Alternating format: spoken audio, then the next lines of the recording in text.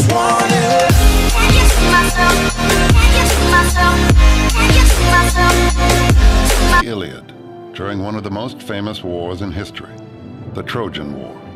We think the actual war happened, if it happened at all, around 1200 BC.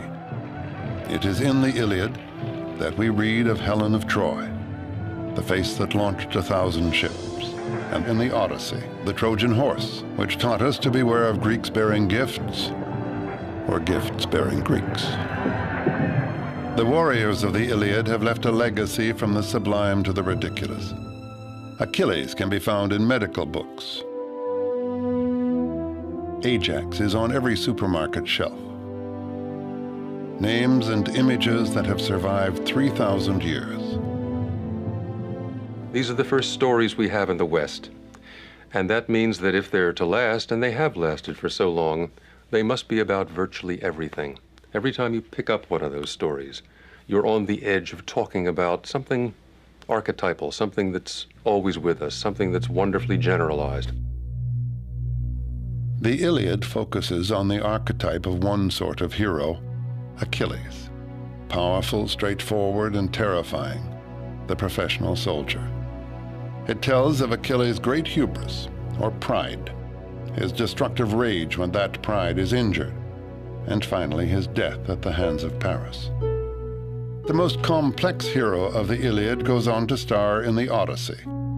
Odysseus, whom the Romans called Ulysses, was a different kind of hero. Odysseus was a draftee, brave, bold, a liar, and very, very human. You may remember that James Joyce wrote his great work, Ulysses, based on Homer, and when he was asked why he did it, he said it was because Ulysses was the only complete man in literature. He said that the other great figures in literature are not complete. Hamlet was not a complete man, nor any of the other figures who play a leading role in literature. But in Ulysses, we see the person who was canny, courageous, devious, full of love and hate, and ready to face all challenges. The descendants of Odysseus are legion. We meet them today in action-adventure heroes like Indiana Jones. Odysseus has fought long and hard at Troy on behalf of his ally, King Agamemnon. When that brutal war is over, Odysseus is eager to return to his beloved wife, Penelope, and to reassert himself as the head of the kingdom of Ithaca. The Odyssey is about that return trip. It is also an extended lesson in decorum. The main moral code governing human action in the Odyssey, it is this code of the protection of the stranger, of hospitality, of looking after people who turn up in your country. And it's a system, too. It's a system in which you don't do it just out of pure good-heartedness. Someday you may be in his country, and you expect that he will return all the gifts you've given him. The same basic rules of hospitality persist today, but mostly as the polite conventions of, say, a dinner party. The guest gets fed. In return, he entertains the host. But back when civilization was just beginning to take hold, an offer of a meal could mean the difference between survival and death. If you are going to travel around on an Odyssey, there are no motels you can stop at, and there is the bargain of the give and take of hospitality. So there is the practical aspect of it. And then there is the moral aspect of it, which appears not only in Greek literature, but in practically every religious literature in the world, of the idea that you must be hospitable to people, you must take people in, you must share what you have. And it's made very explicit in the Odyssey. The return trip can be looked at as a series of tests, each one of which Odysseus has to pass to reach home. Odysseus' adventures, if we see them as tests, are much larger versions of the kinds of crises and problems and issues and adventures to which each of us is subject over the course of life. And we see him as someone confronted with problems which are really so much more intense than the ones you and I would ever experience. The voyage from Troy back to Ithaca should have taken Odysseus about 2 weeks. Instead, it took 10 years. What became a very bad trip started with a host's poor manners and a hero's mistake. A big mistake. After all, Odysseus was an epic hero. He and his crew came ashore on the island of the Cyclops in search of food and find themselves unwanted guests in the cave of a Cyclops named Polyphemus. The wary Odysseus introduces himself using an alias, No Man. This witty AKA protects Odysseus, though not all of his men. Instead of having dinner served as they expected, some of them are served as the main course.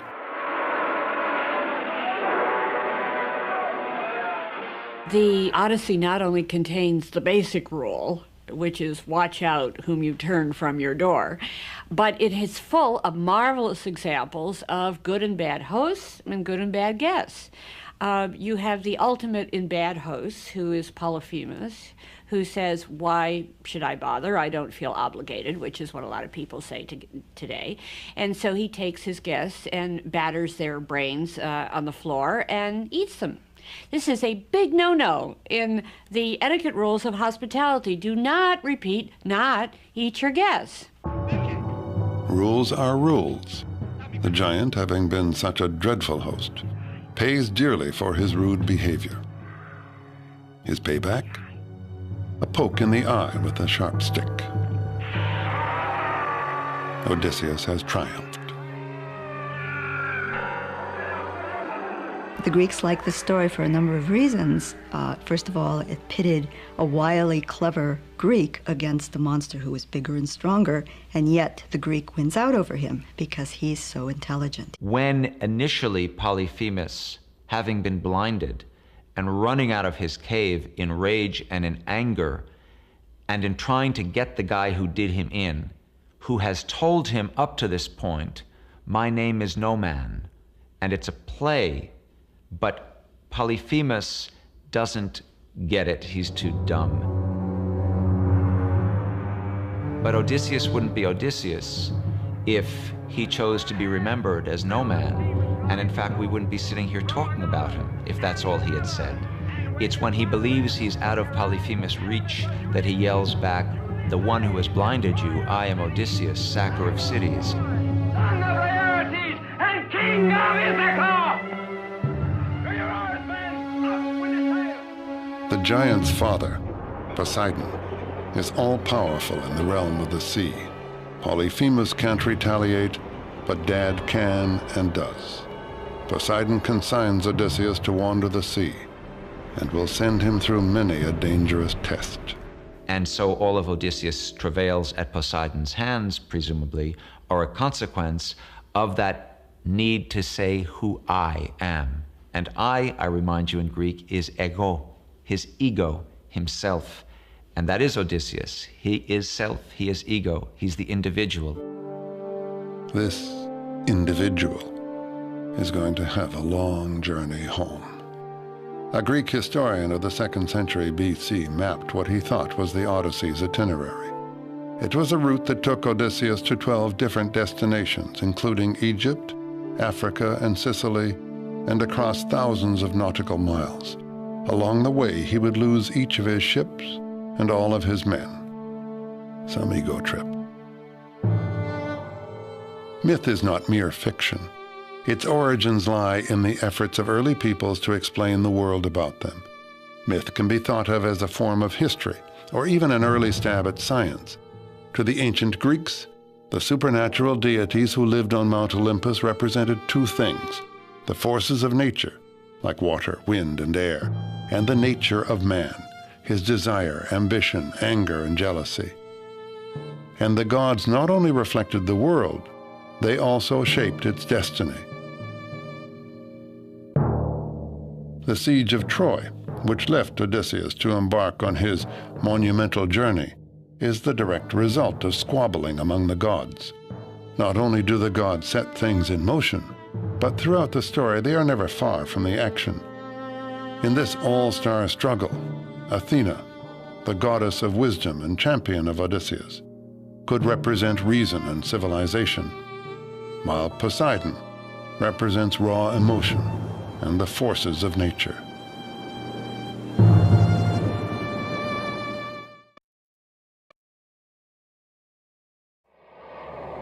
We think of an odyssey as a long trip, a series of wanderings, a journey filled with adventure and hardships. We all follow our own odyssey, our own voyage through life, searching for the serenity of home. Homer evoked this human odyssey in a poem of 12,000 lines, the first known masterpiece. Sing to me of the man, Muse, the man of twists and turns, driven time and again off course once he had plundered the hallowed heights of Troy. Many cities of men he saw and learned their minds. Many pains he suffered, heart-sick on the open sea, struggling to save his life. Launch out on his story, Muse, daughter of Zeus. Start from where you will. Sing for our time, too. Who was Homer? No one really knows. The question has baffled scholars for 3,000 years. The poet who is thought to have created the Western world's first great works of literature is an enigma. Now this guy Homer, did he write both? Or is there a Homer who wrote either? Or is it someone else who happens to be named Homer who wrote these books and not the guy we think? Or is it a compendium that somehow came together during a period that we then associate with someone named Homer? We call him Homer, but we know really nothing about him at all. There are all kinds of legends that he was a wandering schoolmaster who went around reciting his poems. He may even have been a woman. That's what Samuel Butler suggested. But we don't know who he was, or some people even deny, some scholars even wonder whether there was a Homer. So I don't know who Homer is. All I know is that I'm entertained magnificently by what he, she, they, or it offer, and that both the light and the heavy aspects of what they offer are an endless source of amusement and amazement to me. Whoever he was, he evoked an heroic age in his works, a time of warrior kings and courageous seafarers, of a civilization rich in gold. Homer's epic poems have given generation after generation of Greek people enduring legends about their past. Of course, it was all myth, or so we thought. And then along came Heinrich Schliemann, a rich and highly controversial amateur archaeologist who thought Homer was telling history, and he set out to prove it.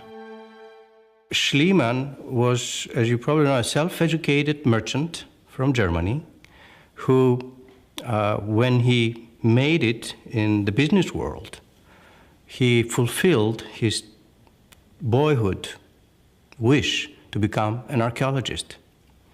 And he did it with such excitement and such deep devotion to it that he memorized the Iliad and the Odyssey in the Greek original.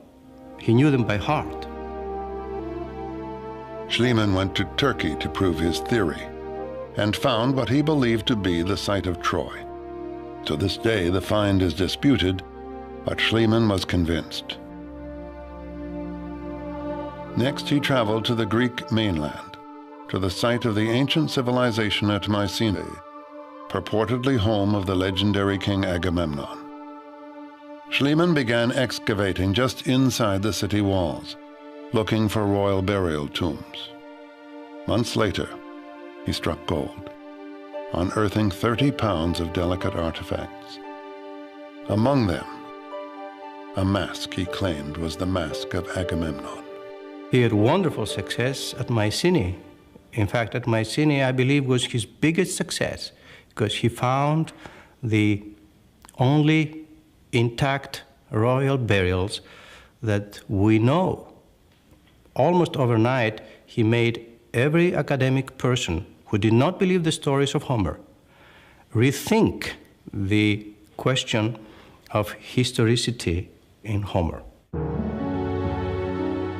Schliemann had discovered evidence of a highly developed, warfaring Greek civilization that flourished between 1550 and 1100 BC, the Late Bronze Age.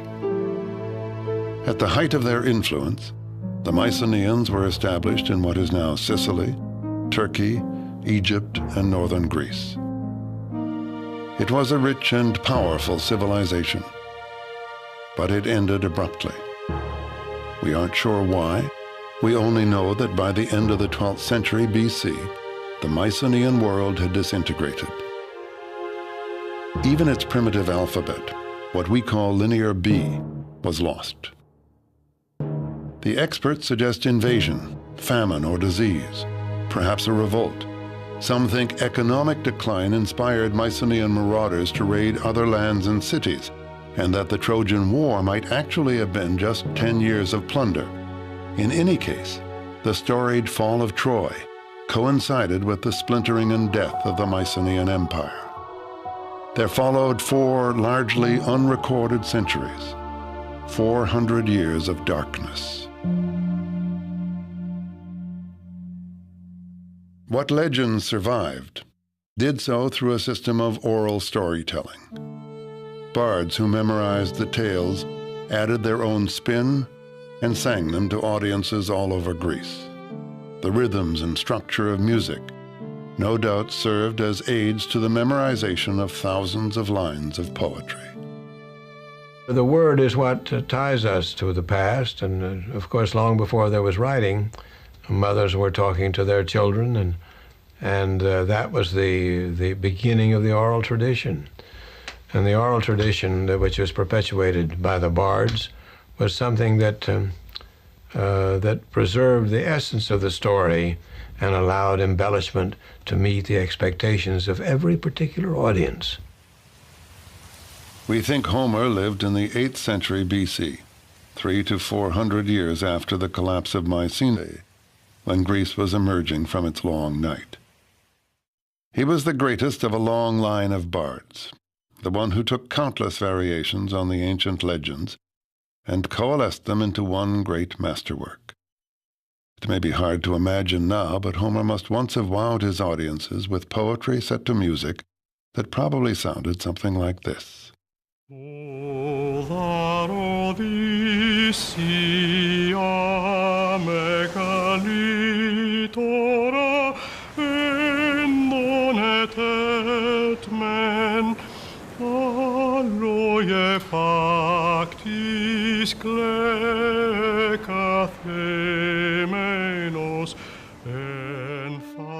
For the next great Greek civilization, the Greece of Socrates and Plato, history began with Homer's poem about a war at Troy. The poems taught this disparate and often warring group of peoples and city-states the exploits of their heroes and the wisdom of their culture. Greek authors quoted them much as moderns quote the Bible and Shakespeare. Like the later legends of Roland and Arthur, the Iliad and the Odyssey were literally nation-building myths. Homer might, with more than poetic justice, be called the father of his country. No alphabet had survived those dark centuries between Mycenae and Homer's Greece. It was in his lifetime, we think, that Greeks began to adapt the alphabet of Phoenician traders. Some believe Homer himself may have written his poems down on papyrus. All we can say for sure is that someone did, but papyrus decomposes, and the poems had to be repeatedly copied, often from decaying originals. The stories began to vary widely. Finally, in the 3rd century BC, 500 years after Homer's death, a definitive copy was made by Greek scholars in the Great Library at Alexandria. This version would continue to be recopied in Roman times and down through the Middle Ages.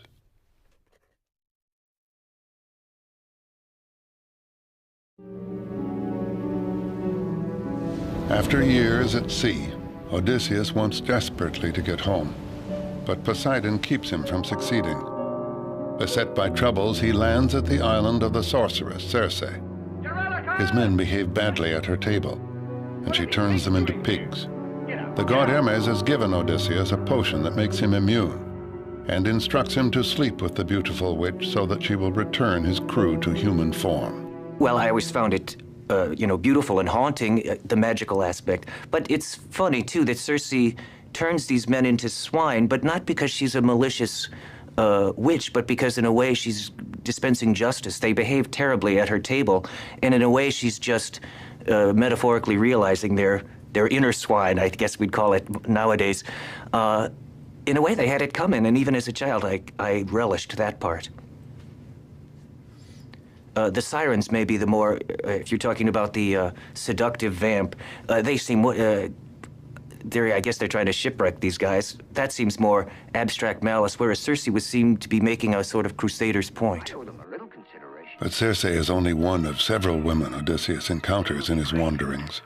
Women are very important in the poem. Women see him off on all his journeys, and I think, again, this is another metaphor for the simple fact that our mothers give us birth. They start us on life's journey, and of course the other side of the coin from birth is death. And another thing that Odysseus learns in the poem is that he's a human being, or what it is to be a human being. Odysseus later encounters Calypso, the goddess, not the dance. That sets off another seduction and another test for our hero. For Calypso offers him immortality if he will stay with her.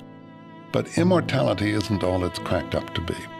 By the way, Calypso's name in Greek means barrier or concealer. What Odysseus is offered is a vegetable existence, a symbolic death. He rejects it, but he either can't or isn't in any hurry to leave, which may say something about our hero. He spends a year with Circe. He spends a year wining and dining and sleeping with this magnificent goddess. Now, it's true. Because of who he is, he was able to rescue his men. But then, his men and he would have been there forever if they hadn't finally griped sufficiently to say, all right, all right, all right. And now he wants to leave. He spends 7 years with Calypso before we find him on the beach weeping about wanting to go home to Penelope. So those are sides of him which I don't find so admirable. I can't say that if I were in his boots, I would do any differently, but I still don't find it admirable.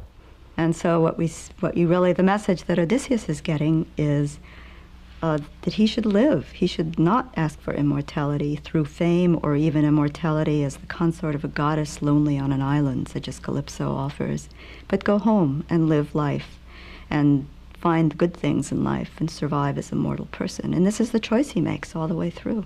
I think when you recover from a bad romance, you also think of Circe, Calypso, the vamp or the side trip on life's journey. And Penelope's in the background of the Odyssey at all times. She's at the end of the line. But there's a lot of forays and side trips in the Odyssey that makes it surprisingly modern.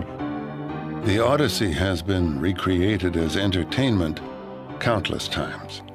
This silent film version was made in 1924, long before anyone thought of a character like Big Bird. During the Middle Ages, the works of Homer survived primarily in the monasteries, but the Renaissance resurrected him, and the first printed editions of Homer appeared in Florence in 1488. Soon they were available all over Europe. He was a hit again.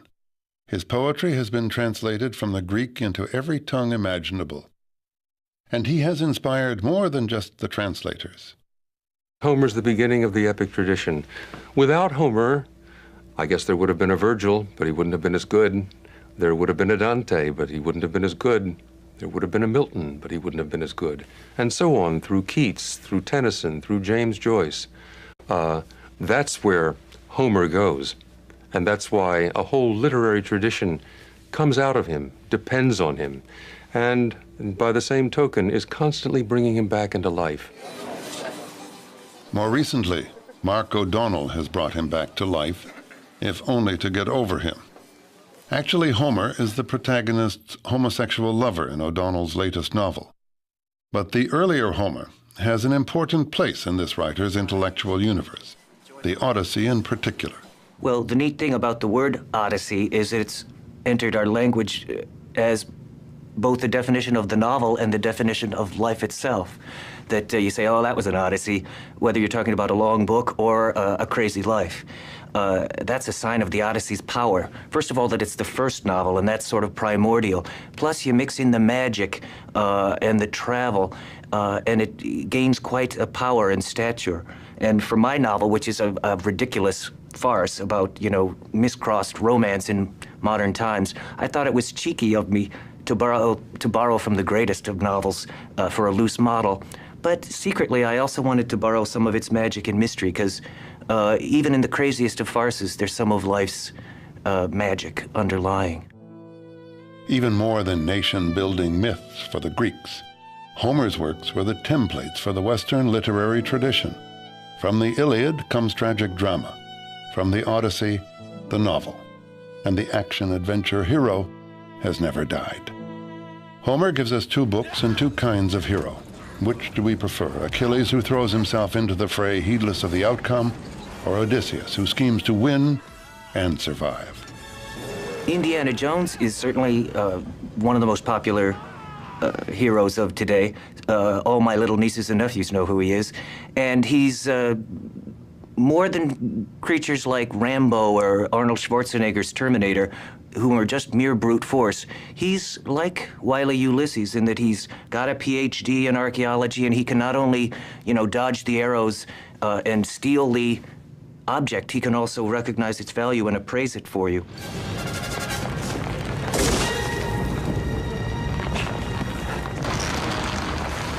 Like Indiana Jones, the heroics of Odysseus are more complicated. He has one other added quality, which is a very fertile intelligence and a willingness to lie in order to get what he wants, which is certainly not part of Achilles, who hates, like the gates of hell, the man who thinks one thing and says another, which is exactly a wonderful description of Odysseus. He's doing this all the time. It is no accident that Odysseus is the great master negotiator and diplomat, because he's really good at not saying what he thinks, but saying what will be useful under the circumstances, for which he got a very bad reputation. Homer had anticipated Machiavelli. Complete honesty may not always be the best policy. People always say, why can't they say what they really mean? Because if you say what you really mean when you have a volatile situation like that, you mean, I'd like to bomb you back to the Stone Age. That's what you really mean. And so instead, you say, artificially, we would like to reach some kind of compromise that we can both live with, so that everybody can continue living. So it is an absolutely essential part of, the city. That's where the Greek word comes from. Civility, civilization, it's all the same thing. I think Odysseus is a hero who can be admired for different reasons at different times. He's a survivor, basically. People like to see him as a hero, but in fact he's almost an anti-hero. For quite a while, virtue was essential for a proper hero, but not for Homer, and obviously not for us. If you depicted a perfect person now, it would have to be for a lampoon, you know, Dudley Do-Right, Roger Ramjet, an absurd paragon of virtue. We doubt virtue now, so super virtuous heroes are a little harder to take.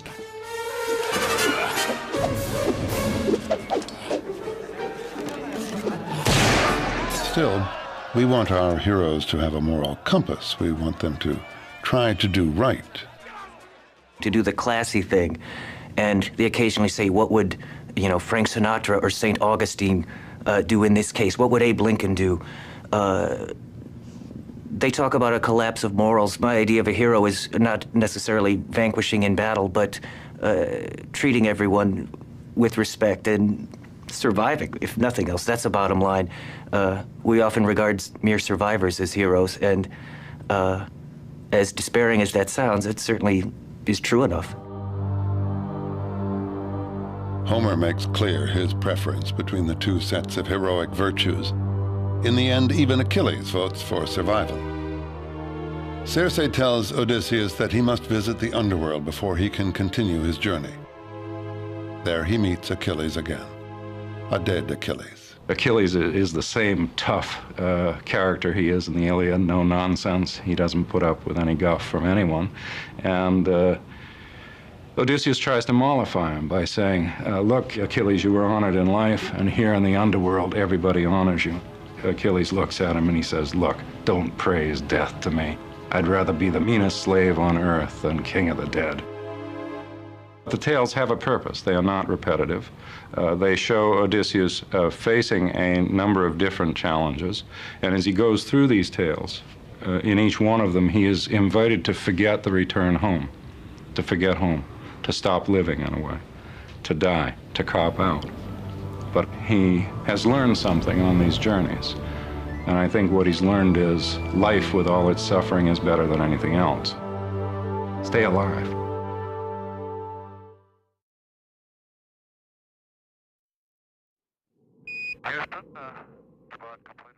Let's make sure we don't blow the whole mission.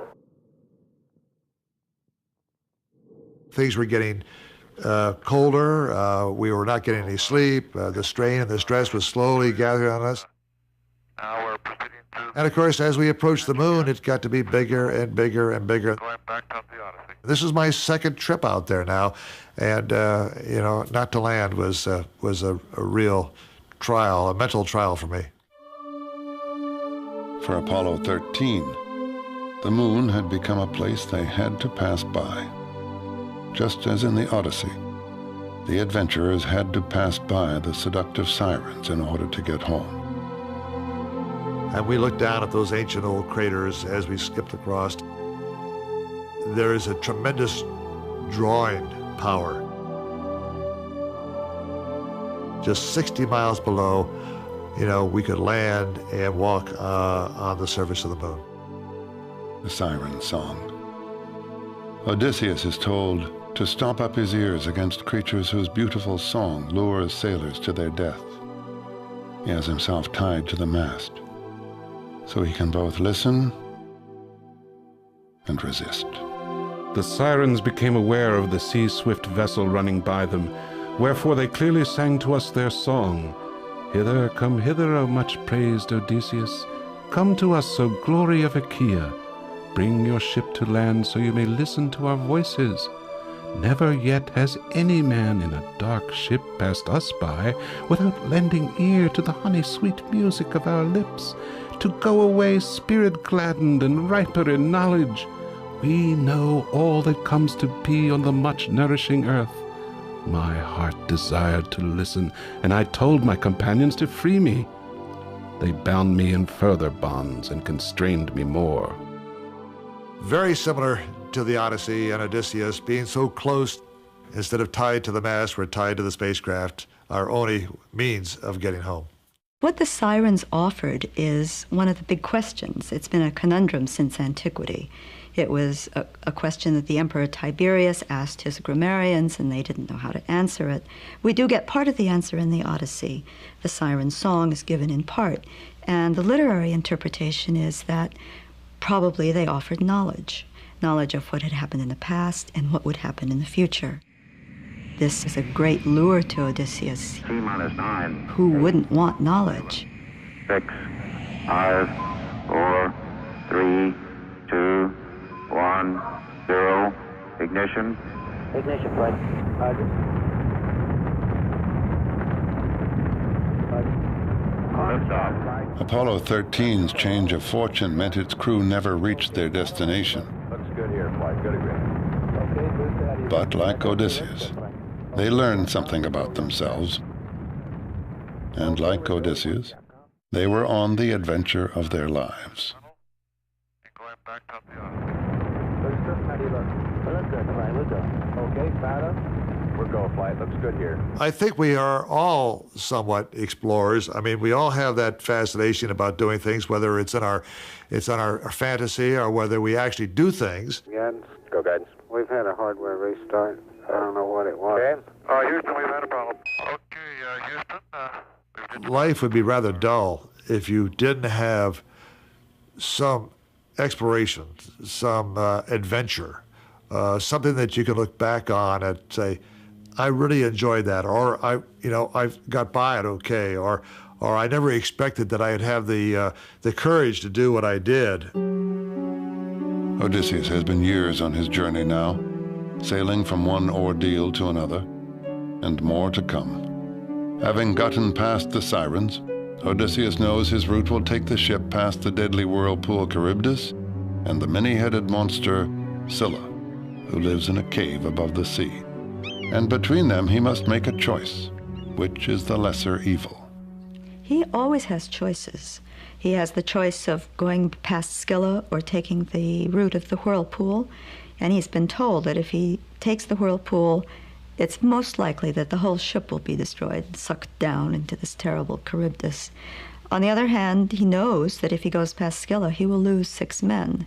So he decides not to tell his men about that, because he realizes that if they knew that 6 of them would die, they would stop rowing in that direction. And he tries to fight Scylla, but she cannot be fought. He has been told that too. And before he even sees her coming, Scylla has taken 6 of his men and is eating them up in the mouth of her cave. And he thinks this is the most horrible sight he's ever seen. But he gets through. We're often faced with lousy choices. Life seems to be a long succession of trade-offs, and survival itself comes at a price, as Odysseus has learned. Homecoming is an eternal theme, an archetype, as strong today as in the time of Odysseus. The theme of homecoming appeals to everyone. Everyone who's fought in a foreign war, people who've taken hazardous journeys of any kind, even to the casual journey. There's great pleasure in coming home to the place that is yours, that is familiar to you, and to the people especially. Last drill. Go for it, Don.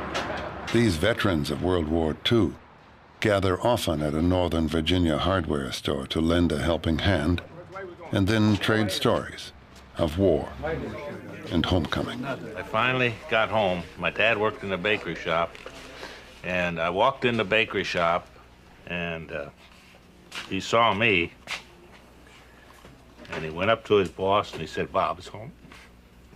That's it. And we took off.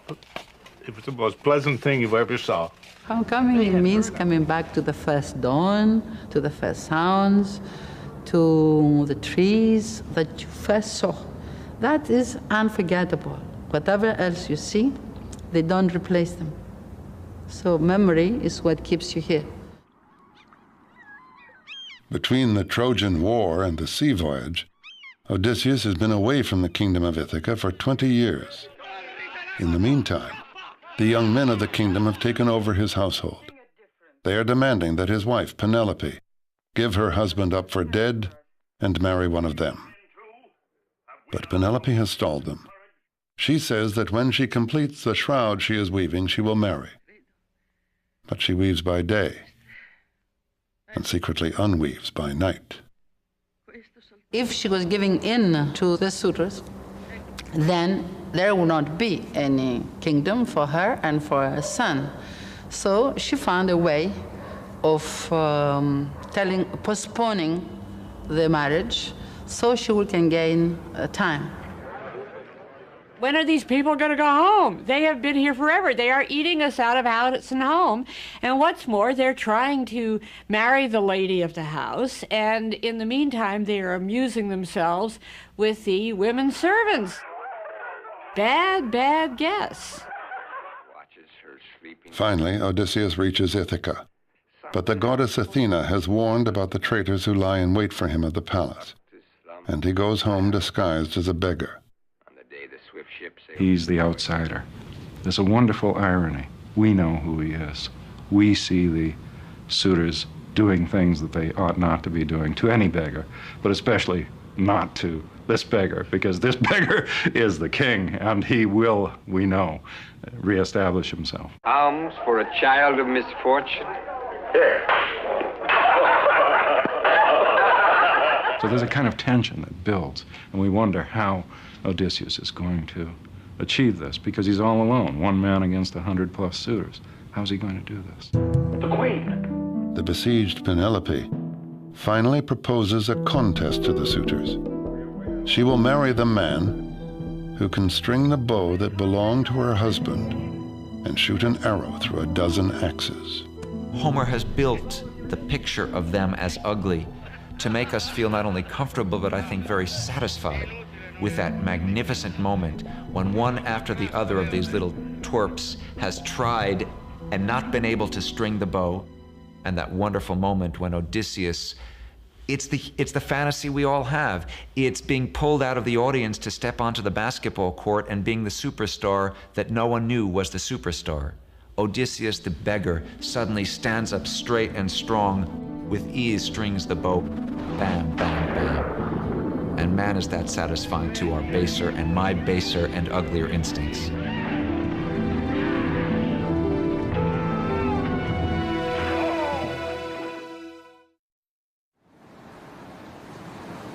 The tests are over, at least for now. And for the first time in 20 years, Odysseus and Penelope embrace. Really home at last. That's not icing on the cake. That's the very cake itself. That's the very substance of the poem. That coming back to home, coming back to earth, embracing it, and finding that's where one has begun and where one wants to go ultimately. So joy is now to her the sight of her husband vivid in her gaze, that her white arms embracing his neck would never for a moment let him go. Dawn with her rose-red fingers might have shone upon their tears, if with her glinting eyes Athena had not thought of one more thing. She held back the night, and night lingered long at the western edge of the earth, while in the east she reigned in the dawn. While in the east she reigned in the dawn. But now, if the Odyssey is life, can the still living Odysseus be finished with his struggle? Not quite.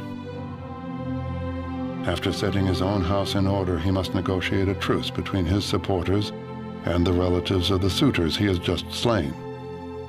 And then there's the prophecy. While visiting Hades, he met the ancient seer Tiresias, who prophesied his successful return and said he would then have to leave again. Thereupon, take a well-fitted oar, and go on till you arrive at the place of men who do not know the sea, and eat a food that has not been mixed with salt, and where they do not know about ships with purple cheeks, or about well-fitted oars that are the wings of ships. And I will tell you a very plain token. Do not forget it.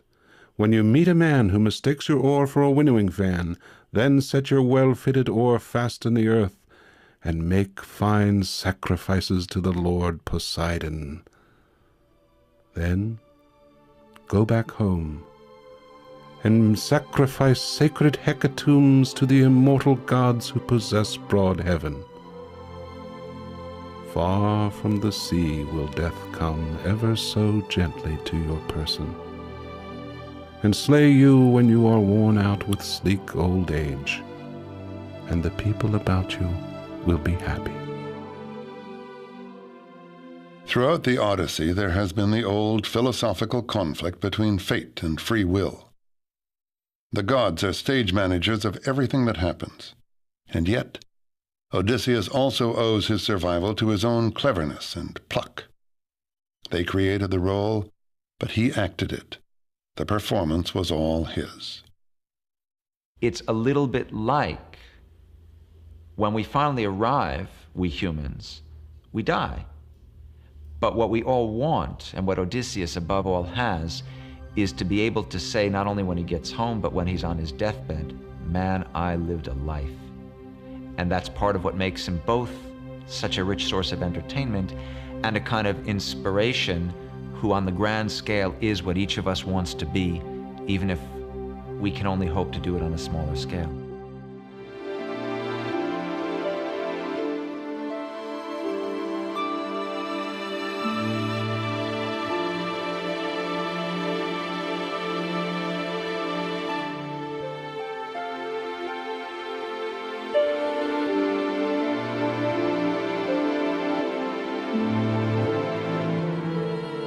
him as someone confronted with problems which are really so much more intense than the ones you and I would ever experience. The voyage from Troy back to Ithaca should have taken Odysseus about 2 weeks. Instead, it took 10 years. What became a very bad trip started with a host's poor manners and a hero's mistake. A big mistake. After all, Odysseus was an epic hero. He and his crew came ashore on the island of the Cyclops in search of food and find themselves unwanted guests in the cave of a Cyclops named Polyphemus. The wary Odysseus introduces himself using an alias, No Man. This witty AKA protects Odysseus, though not all of his men. Instead of having dinner served as they expected, some of them are served as the main course.